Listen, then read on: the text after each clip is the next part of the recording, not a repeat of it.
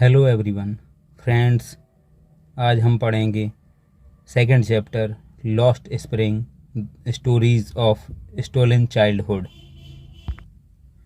Friends, इस chapter को लिखा है अनीस जंग ने। फ्रेंड्स, मैंने आपको इंट्रोडक्शन वीडियो में बताया था कि आपको हर पार्ट की हिंदी पढ़नी है, क्योंकि इस वीडियो में मैं आपको पूरे पार्ट की समरी बताऊंगा और फिर उसके बाद शॉर्ट आंसर्स और लॉन्ग आंसर्स करना सिखाऊंगा। तो उम्मीद है आप इस चैप्टर की हिंदी पढ़ चुके होंगे। तो फ्रेंड्स, चलिए समरी शुरू करते हैं। फ्रेंड्स, इस चैप्टर में राइटर ने 3 लोगों की स्टोरीज़ बताई हैं, जिनमें पहली है साहिब नाम के लड़के की, और दूसरी एक पुजारी के लड़के की है, और तीसरी मुकेश नाम के लड़के की है। लेकिन मुख्य रूप से सिर्फ साहिब और मुकेश के ही क्वेश्चन आंसर दिए गए हैं। पुजारी के लड़के को लेकर कोई भी प्रश्न नहीं दिया। तो चलिए शुरू करते हैं। फ्रेंड्स, साहिब जो लड़का है वो कूड़ा बीनता है और लेखिका को रोज़ प्रतिदिन सुबह मिलता है। लेखिका उससे पूछती हैं कि क्या तुम स्कूल जाते हो? उसने कहा नहीं। उसने कहा कि मेरे पड़ोस में कोई स्कूल नहीं है, जब कोई स्कूल बनाएंगे तब जाएंगे, और वह चला जाता है। लेखिका उससे पूछती है उसका नाम क्या है। उसका नाम साहिब आलम है, लेकिन उसे अपने नाम का अर्थ ही नहीं पता, और वो लड़का नंगे पैरों ही अपने मित्रों के साथ घूमता रहता है। दरअसल उसके साथ रहने वाले जितने भी लड़के हैं वो सब नंगे पैर ही घूमते रहते हैं। उसके साथ रहने वाले लोग बांग्लादेश से आए हुए हैं, जो दिल्ली के किनारे सीमापुरी नामक शहर में रहते हैं। यहाँ लगभग 10,000 लोग रहते हैं, जो कि 1971 में जब बांग्लादेश पाकिस्तान से कटकर नया देश बना था तभी आ गए थे। हालांकि लेखिका के पूछने पर साहिब की माँ उसे बाढ़ आने का कारण बताती है कि बाढ़ आने की वजह से उसके खेतों में पानी भर जाता था और खाने पीने को फसल नहीं होती थी, इसलिए वो अपना देश छोड़कर भारत में आ गई। फिर लेखिका उन बच्चों से कहती है कि तुमने जूते क्यों नहीं पहने? तो कोई बच्चा बहाना बना देता है। कोई कहता है कि उसके पास जूते नहीं हैं, कोई कहता है कि उसकी माँ ने उनके जूतों को टाँड़ और या अटारी पर रख दिया है, लेकिन वो जूते नहीं पहनते। हालांकि कभी कभी इन बच्चों को 1 रुपया मिल जाता है, और जब रुपया मिलता है तो इनके चेहरे की चमक देखते ही बनती है। फ्रेंड्स, इस चैप्टर में आप पढ़ेंगे कि साहिब जो लड़का है वो कूड़ा बीनने के अलावा एक दूध की दुकान पर भी काम करता है, यानी कि चाय जहाँ बनती है वहाँ। यहाँ पर उसे 800 रुपये और 3 वक्त का भोजन मिल जाता है। फ्रेंड्स, दूसरी स्टोरी है मुकेश नाम के लड़के की, जो कि मोटर मैकेनिक बनना चाहता है, लेकिन उसका पुश्तैनी काम है वो चूड़ियाँ बनाने का है। दरअसल मुकेश जो है वो फिरोजाबाद का रहने वाला है, और फिरोजाबाद में हर दूसरा परिवार चूड़ियाँ बनाता है। मुकेश एक बार लेखिका को अपने घर ले जाता है। वहाँ पर लेखिका उसके परिवार से मिलती है, तो उसकी दादी से जब बात करती है तो उसे पता चलता है कि उसके दादा की आँखों की रोशनी चूड़ी बनाते वक्त आँखों में धूल जाने से आँखों की रोशनी चली गई। और भी वो उसके परिवार के अन्य लोगों से मिलती है। लेखिका ने मुकेश और उसके पास पड़ोस में रहने वाले लोगों की बस्ती को देखा, तो वहाँ उन्होंने देखा कि उनके कई साल पुराने मकान हैं, बिल्कुल जर्जर अवस्था में, एकदम बहुत ही बुरी कंडीशन में।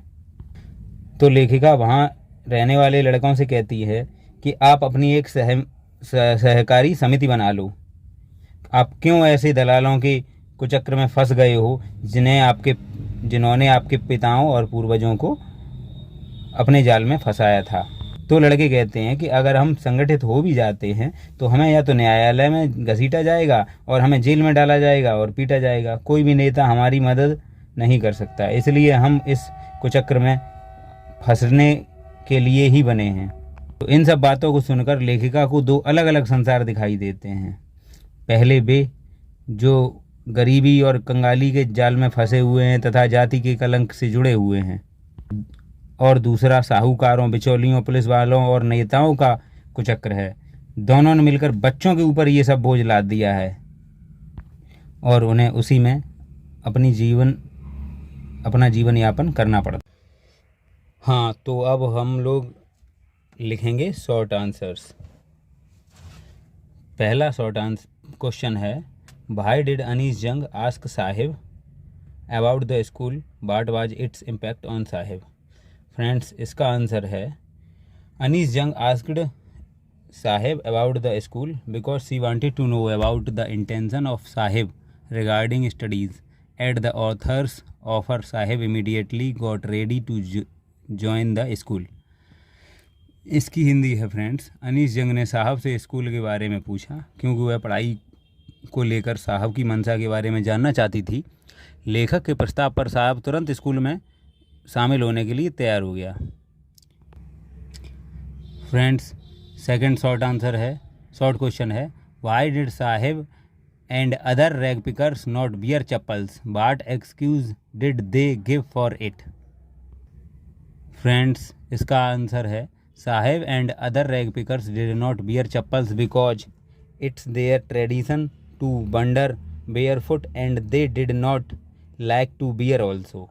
They excused that their mother did not give footwear from the shelf. Sahib और अन्य कचरा बीनने वाले चप्पल नहीं पहनते थे क्योंकि नंगे पैर घूमना उनकी परंपरा है और उन्हें पहनना पसंद भी नहीं था। उन्होंने बहाना बनाया कि उनकी माँ ने सेल्फ से जूते नहीं दिए। फ्रेंड्स, अगला क्वेश्चन है, how many rag pickers used to live in Seemapuri Delhi, how did they settle there. Seemapuri Delhi में कितने कूड़ा बीनने वाले रहा करते थे और वे वहाँ कैसे स्थापित हुए। फ्रेंड्स, इसका आंसर देखते हैं। इसका आंसर है, in Seemapuri Delhi more than 10,000 rag pickers used to live. They have lived there for more than 30 years as they are the squatters who came from Bangladesh in 1971। Delhi के सीमापुरी में 10,000 से अधिक कूड़ा बीनने वाले रहते थे। वे वहाँ 30 साल से अधिक समय से रह रहे हैं क्योंकि वे वहाँ आए अवैध कब्जेदार हैं जो कि 1971 में बांग्लादेश से आए हैं। फ्रेंड्स, ये इसका आंसर हो गया। अगला क्वेश्चन है, what was the meaning of garbage for children, what did they find in it. बच्चों के लिए कूड़े का क्या मतलब था, उन्हें इसमें क्या मिलता था। फ्रेंड्स, इसका आंसर देखते हैं। For childrens garbage has a meaning different from what it means to their parents. For the children it is wrapped in wonder, for the elders it is a means survival. मतलब बच्चों के लिए कूड़े का मतलब है, उन बच्चों के लिए कूड़े का मतलब उनके माँ बाप से भिन्न होता है, उनके लिए ये खजाना है। For the children it is wrapped in wonder, बच्चों के लिए ये आश्चर्य से भरा हुआ है। फॉर द एल्डर्स, और बड़ों के लिए इट इज़ मीन्स सर्वाइवल, मतलब ये जीवित रहने का साधन है। मतलब बड़े जो हैं वो इससे खाना ढूंढते हैं और बच्चे इसमें पैसे वगैरह ढूंढते हैं। तो फ्रेंड्स, अगला क्वेश्चन देखते हैं। Why did Saheb join the job at milk booth, what was he paid for his service. Friends, इसका क्वेश्चन है, आंसर है, Saheb has nothing to do so he works to the milk booth, he gets 800 rupees and 3 times meals there. Saheb के पास करने के लिए कुछ है नहीं, इसलिए वह मिल्क बूथ पर काम करता है और वहाँ उसे 800 रुपये और 3 वक्त का खाना मिलता है। तो फ्रेंड्स, अब छठवां क्वेश्चन देखते हैं। Who was Mukesh, where did he belong and what was his ambition. Mukesh कौन था, वह कहाँ से संबंध रखता था और उसका क्या लक्ष्य था। तो फ्रेंड्स, इसका आंसर देखते हैं। Mukesh was a young boy belonging to the bangle making family from Firozabad. His ambition was different from his family as he wanted to become a motor mechanic. कि मुकेश जो है वो एक यंग लड़का जो कि फिरोजाबाद के चूड़ी बनाने वाले परिवार से संबंध रखता है, उसकी महत्वाकांक्षा उसके परिवार से अलग थी क्योंकि वह मोटर मैकेनिक बनना चाहता था। तो फ्रेंड्स, अगला 7th क्वेश्चन देखते हैं। Why did Mukesh volunteer to take the narrator home, who were there in the home. Mukesh ने कहानीकार को घर ले जाने के लिए क्यों नेतृत्व किया, वहाँ पर घर में कौन था। फ्रेंड्स, इसका आंसर देखते हैं। Mukesh volunteered to take the author to his home because his house was being rebuilt and he wanted to show it to her. In the home there were many members as Mukesh's elder brother, his brother's wife, Mukesh's father, grandmother and few animals. Mukesh अपनी इच्छा से या स्वेच्छा से लेखिका को अपने घर ले गया क्योंकि उसका घर फिर से बनाया जा रहा था, यानी उसका नया घर बन रहा था और वह उसे दिखाना चाहता था। घर में मुकेश का बड़ा भाई, उसकी भाई की पत्नी, मुकेश के पिता, उसकी दादी और कुछ कई अन्य जानवर और कई सदस्य थे। तो फ्रेंड्स अगला क्वेश्चन देखते हैं 8th नंबर का। It is his karma his destiny who said this and why. मतलब यह उसका कर्म है, उसका भाग्य है, यह किसने और क्यों कहा। तो फ्रेंड्स इसका आंसर देखते हैं। इसका आंसर है it is his karma his destiny. Mukesh grandmother said this because she has watched her own husband go blind with the dust from polishing the glass of bangles. She said that a god given lineage can never be broken. इसका मतलब है यह उसका कर्म है, उसका भाग्य है। मुकेश की दादी ने ऐसा इसलिए कहा क्योंकि उन्होंने अपने पति को चूड़ियों के शीशे चमकाने की धूल से अंधा होते देखा है। उन्होंने कहा कि ईश्वर प्रदत्त वंश को कभी तोड़ा नहीं जा सकता, यानी कि जो काम उसके घरवाले करते आए हैं उसे मुकेश बदल नहीं सकता। तो फ्रेंड्स अगले क्वेश्चन की तरफ देखते हैं। What does the bangles symbolise, what it the role of bangle makers of Firozabad. चूड़ियाँ किसका प्रतीक हैं, फिरोजाबाद के चूड़ियाँ बनाने वालों की क्या भूमिका है। फ्रेंड्स इसका आंसर देखते हैं। इसका आंसर है friends the bangles symbolise an Indian women सुहाग। जो चूड़ियाँ हैं वो भारतीय महिला के सुहाग का प्रतीक हैं। The bangle makers of Firozabad के चूड़ियाँ बनाने वाले produce the largest quantity of bangles in the country and export bangles to all over the world. Firozabad के चूड़ियाँ बनाने वाले देश में सबसे अधिक मात्रा में चूड़ियों का उत्पादन करते हैं और दुनिया भर में चूड़ियाँ निर्यात करते हैं। तो फ्रेंड्स अगला शॉर्ट क्वेश्चन देखते हैं। Why could the bangle makers not organise themselves into a cooperative, what do they face if they do so. चूड़ियाँ बनाने वाले अपने आप को सहकारी यानी साथ मिलकर काम करने वाले के रूप में क्यों व्यवस्थित नहीं कर पाते, यदि वे ऐसा करते हैं तो वे किसका सामना करते हैं। फ्रेंड्स इसका आंसर है if the group of young man organise themself. यदि नवयुवकों का समूह अपने आप को इकट्ठा करता है, they will be hold up by the police. उन्हें पुलिस द्वारा घसीटा जाएगा, बीटन पीटा जाएगा, and dragged to jail for doing something illegal. और उन्हें जेल में कुछ अवैध या गैरकानूनी कार्य करने के लिए अंदर डाल दिया जाएगा। There is no leader among them. उनके बीच में कोई भी नेता नहीं है। No one who could help them. और कोई भी ऐसा नहीं है जो उनकी मदद कर सके। तो फ्रेंड्स शॉर्ट क्वेश्चंस यहीं ख़त्म होते हैं। अब आते हैं लॉन्ग क्वेश्चंस पर। फ्रेंड्स जैसा कि आप जानते हैं इस चैप्टर में 2 मुख्य चरित्र हैं। पहला है साहिब का, दूसरा है मुकेश का। तो इस चैप्टर से संभवतः 2 लॉन्ग आंसर पूछे जा सकते हैं। पहला है who was Saheb, what was the plight that compelled him to wander in the streets of Delhi for rag picking. Saheb कौन था, वह क्या स्थिति थी जो उसको दिल्ली की गलियों में कूड़ा करकट बीनने के लिए भटकने को बाध्य करती थी। तो फ्रेंड्स इसका आंसर देखते हैं। Saheb who belong to the family of rag pickers was a young boy wandering in the streets of Delhi with his friends. जो साहिब है वो कूड़ा बीनने वालों के परिवार से संबंध रखता है।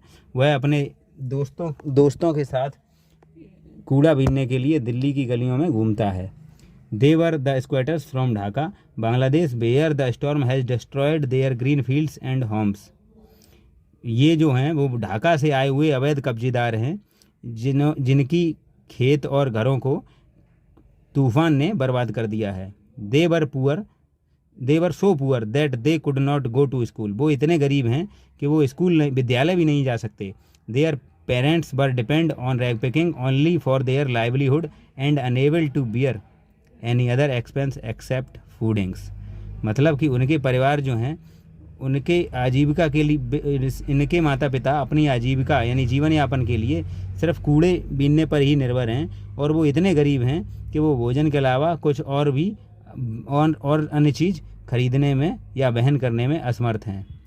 इन total their poverty was the plight that compel Saheb and others like him to wander in the streets of Delhi for rag picking. मतलब कुल मिलाकर उनकी गरीबी वह दुर्दशा थी जो साहेब और उसके जैसे अन्य लोगों को कूड़ा बीनने के लिए दिल्ली की सड़कों पर भटकने के लिए मजबूर करती है।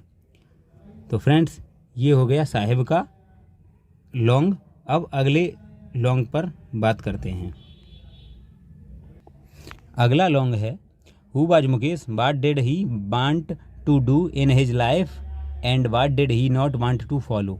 मुकेश कौन था, वह अपने जीवन में क्या करना चाहता था और किस चीज़ का वह अनुसरण नहीं करना चाहता था। तो फ्रेंड्स, इसका आंसर है Mukesh was A member of the family from Firozabad engaged in bangle making. Mukesh उस फिरोजाबाद की उस परिवार का सदस्य है जो चूड़ियाँ बनाने में लगी हुई है। His whole family since last many generations was involved in only bangle making. उसका पूरा परिवार पिछली कई पीढ़ियों से चूड़ी बनाने का ही काम करता था।